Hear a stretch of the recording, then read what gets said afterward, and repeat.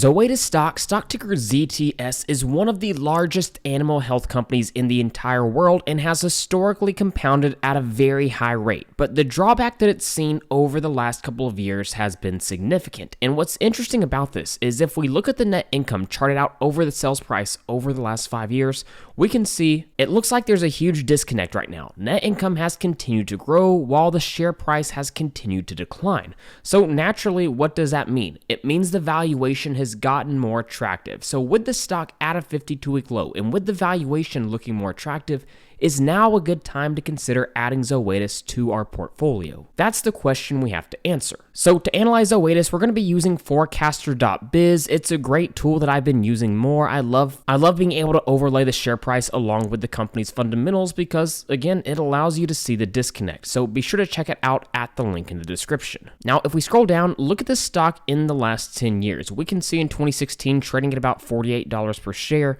and at one point in 2021, close to $245 per share. So, I mean, we're talking about a company that for a period outperformed the market by a wide margin. And you can see when we overlay the sales, every single year, sales are growing. Every single year, the net income is growing.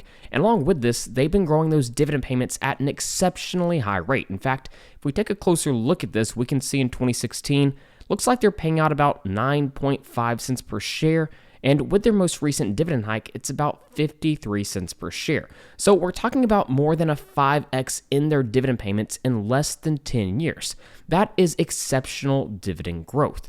So what's going on with this stock? Sales are growing, net income is growing, the dividends are growing at a very high rate. And as of right now, if we look at that price to earnings multiple, it looks like they're trading at a PE multiple of about 20.58, which for reference, if we look at how the stock has historically traded, they're essentially trading at their lowest PE multiple in the last 5 years. On average, they've typically been at a PE multiple of around 32.15. Well, to get a better understanding of this company, let's go ahead and jump over to their investors presentation. This is a company that provides medicines, vaccine, diagnostics, biodevices, genetic tests, and precision animal health. And they have over 70 plus years of experience. Now, the caveat you need to make note of when looking at this company is it's actually a spinoff. Zoetis was formerly the animal health business unit of Pfizer, but Zoetis started publicly trading by itself around early 2013. And this is a company that is global. It has a market presence in over 100 plus countries. That's pretty rare you see that many countries that a company is providing services in. And this company is the market leader in the vast majority of the sectors that they operate in, whether you're looking at it by product category or by geography or even by species. Zoetis is typically going to be number one. Now, why is that the case that they're number one? Well, look at the rate that they've been growing earnings over the last few years. Look at the rate that they've been growing earnings. If we scroll down, let's go ahead and just look at basic EPS.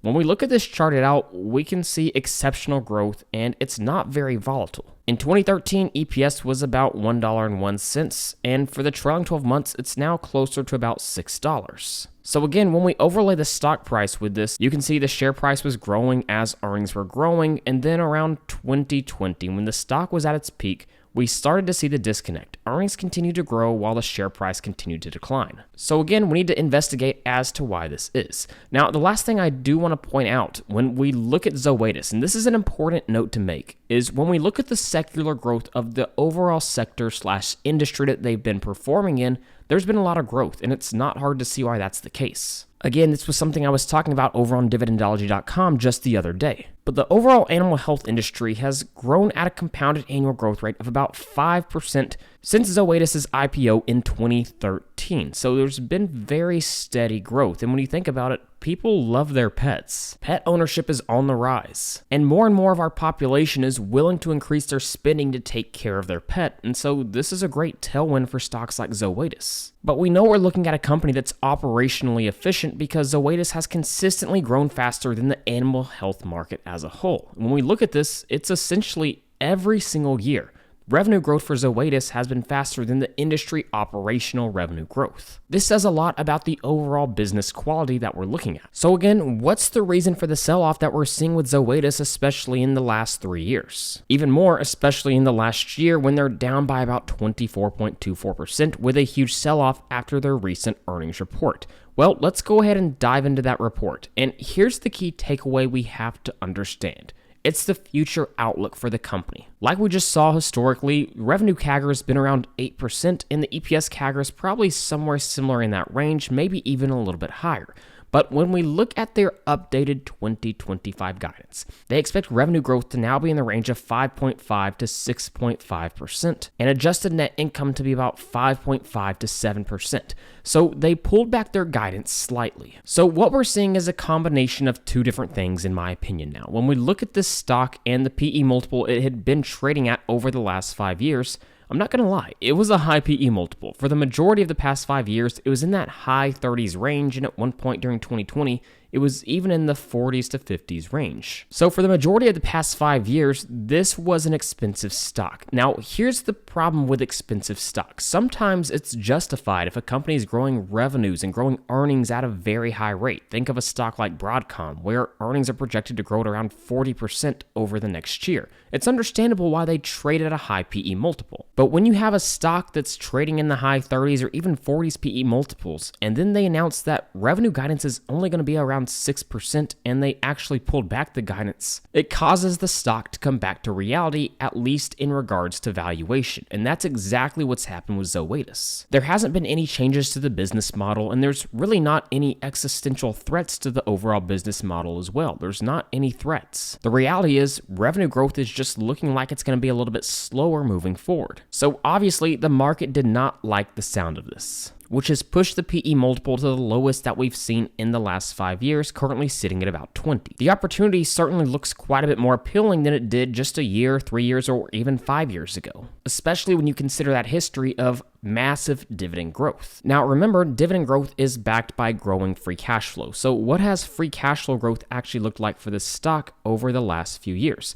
Well, if we jump over to the cash flow statement, let's look and see what free cash flow looks like. Overall, it's grown substantially. We saw a little bit of a pullback in 2022 and 2023, but 2024 was a record year of free cash flow. But we can't expect this free cash flow growth to be a little bit slower moving forward, because the ultimate driver of growing free cash flow, in the long term at least, is going to be growing revenue. So if revenue is growing at about 5.5 to 6.5% moving forward, then it's not ridiculous to think free cash flow will grow in a similar range. So the reality of this sell-off is it was purely due to the high valuation combined with the lowered guidance moving forward. Now, one of the things that's interesting about all of this is if we look at political buying of this stock, politicians heavily bought this stock in Q2 of 2025 and slightly added to it in Q3 of 2025 as well. And obviously since then, we've seen a bit of a dramatic sell-off. So the question we need to answer now, is this an opportunity to buy Zoetis stock? To answer that question, let's look at them from a sensitivity valuation model perspective. So again, we're looking at Zoetis, we're looking at the average PE multiple over the last decade, and it's quite high. It's sitting about 42.09. And even if we remove massive outliers like 2015 or even 2021, which you could debate whether or not that's justified,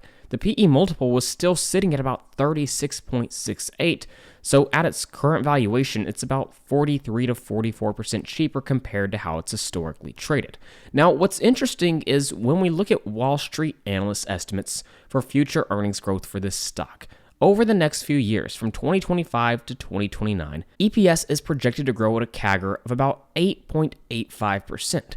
So what is this telling us? When we look at guidance sitting at about 5.5 to 6.5% for revenue and adjusted net income at about 5.5 to 7%, what they're saying is they think this is a short-term headwind, probably a macro problem, and it's one they don't expect to stick around. So let's run a couple of different scenarios. To start, we'll assume that the analysts are right. EPS CAGR will be around 8.85% moving forward. If that's the case, I think it's very possible we can see a little bit of multiple expansion, start to trade at a higher PE multiple like the company's historically done. And if that's the case, maybe they get back to a PE multiple of 23.5, then they absolutely have outperformance capabilities. I mean, this is well above historic average market returns. Even if we don't really see the PE multiple change whatsoever, it's still above historic market average returns. So if they simply do achieve this EPS CAGR, then Zoetis is absolutely attractive at these prices. So what this is telling us is there's absolutely a level of uncertainty in regards to this company's future earnings potential. And it's understandable why that's the case whenever we have a stock that starts to revise earnings downwards. Investors are well aware that that could continue to be the case moving forward. Think of a stock like Novo Nordisk, for example, who has revised guidance